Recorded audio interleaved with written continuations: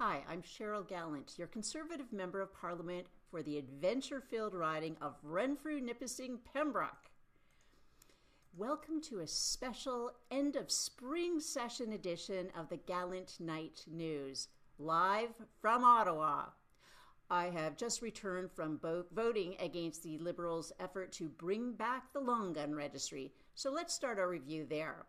On Monday, the committee studying Bill C-71 reported back to the House of Commons.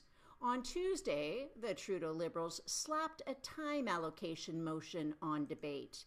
And today, Wednesday, we voted.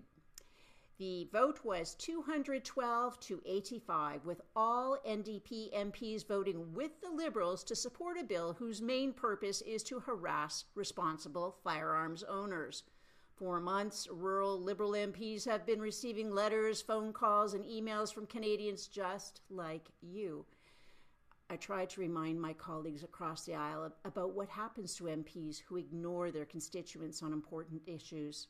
They did not listen. They ignored you, and now we know why. We finally heard from one of these rural Liberal MPs. He holds the same intolerant, uninformed views as his urban Liberal buddies. Listen to what he said about firearms owners. There are a lot of mental issues with people who have firearms. That's right. A Liberal MP in the House of Commons said people who own firearms have mental health problems. That's the Liberal view.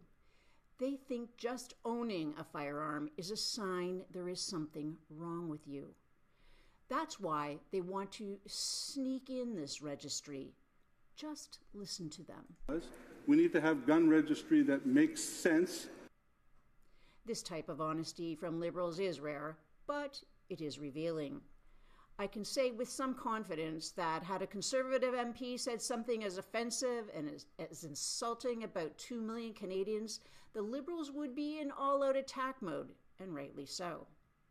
It's just more of the hypocrisy and the divisive, negative politics we see with the Trudeau Liberals. Welcome to the culture wars. The good news is that more and more Canadians are seeing the Liberals for who they truly are. Next year, we can replace them with a positive Conservative plan that actually targets criminals who break the law instead of citizens who obey the law. Last night, the Senate voted to pass the pot law. This is after the Senate had 7 committees study the legislation and made 46 amendments to the Prime Minister's pot law. The Liberals refused to let the House examine and genuinely debate the Senate's changes. They rejected important changes, then sent the pot law back to the Senate, where the so-called independent senators followed their marching orders from the Prime Minister's office and passed the pot law. Put this into context. Trudeau has broken his word on deficits, spending, national defense, veterans, infrastructure, and democracy. But come hell or high water, he kept his promise to make the pot legal in time for our national holiday. For Trudeau, making weed legal has been a bigger priority than trade with Europe or Asia. It's been a bigger priority than democratic reform. For the Trudeau Liberals, letting Canadians get high is more important than keeping them safe. Speaking of misplaced priorities, the Liberals have passed their carbon tax into law without telling Canadians how much it will cost them. For years, the McGuinty-Wynne Liberals in Toronto hurt the economy while doing nothing for the environment. Now the Trudeau-McKenna Liberals have adopted the same approach, only on a national scale. Of course, they have to cover up the cost of the carbon tax on Canadians. If they come clean and tell the truth, they will be exposed for all to see. They are taxing the poor Canadians more than they are taxing wealthy Canadians. They are taxing rural Canadians more than they are taxing urban Canadians.